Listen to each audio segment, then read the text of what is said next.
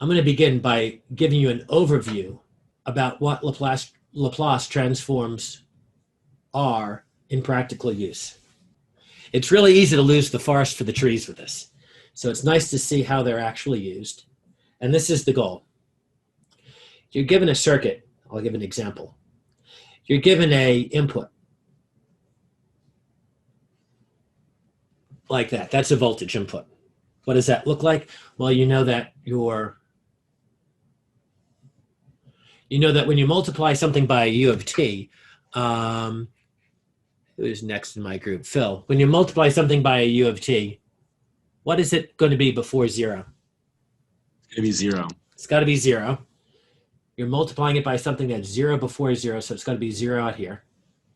And then after 0, what is u of t, Charles?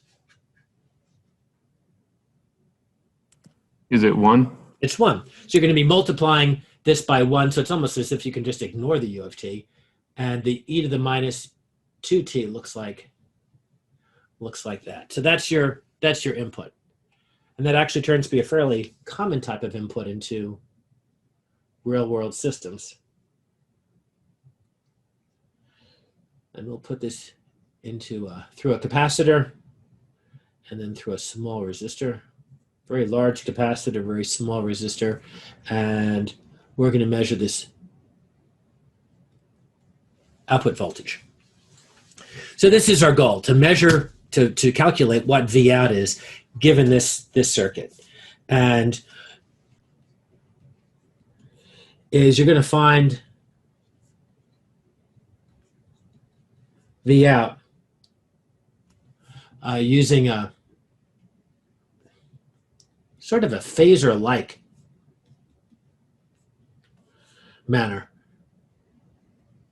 Now you could do it using differential equations. And I think you're either already enrolled in differential equations or you're finished differential equations. What we could do is do a KVL around here, write the differential equation that describes the output to the input. It wouldn't be difficult. And then you've got your input, and now you can figure out your output using constant coefficient linear differential equations. We're not going to do it that way. Instead, we're going to do it by transforming the signal part.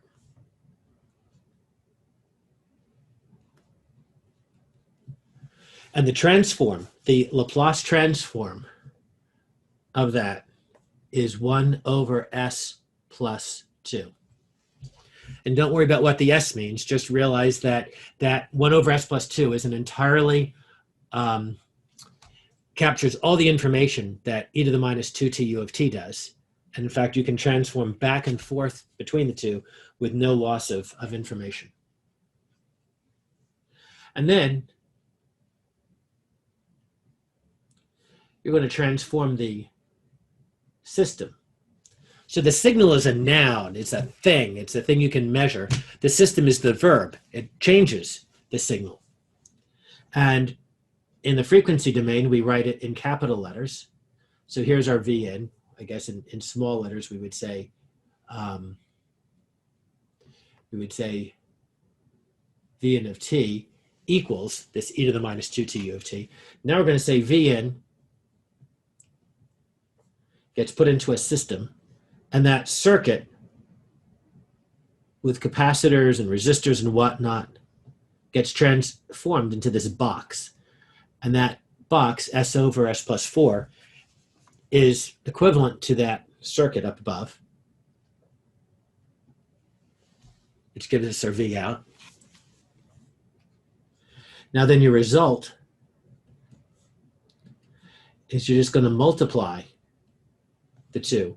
So you'll multiply to find that V out is equal to your system, S over S plus 4, times your signal, 1 over S plus 2. And then our last step is to do the inverse transform. So the forward transform takes equations that have t's in them and changes them to equations that have s's. So when we inverse transform, we're going to take this equation that has s's, rewrite it as a lowercase, and it will look like this.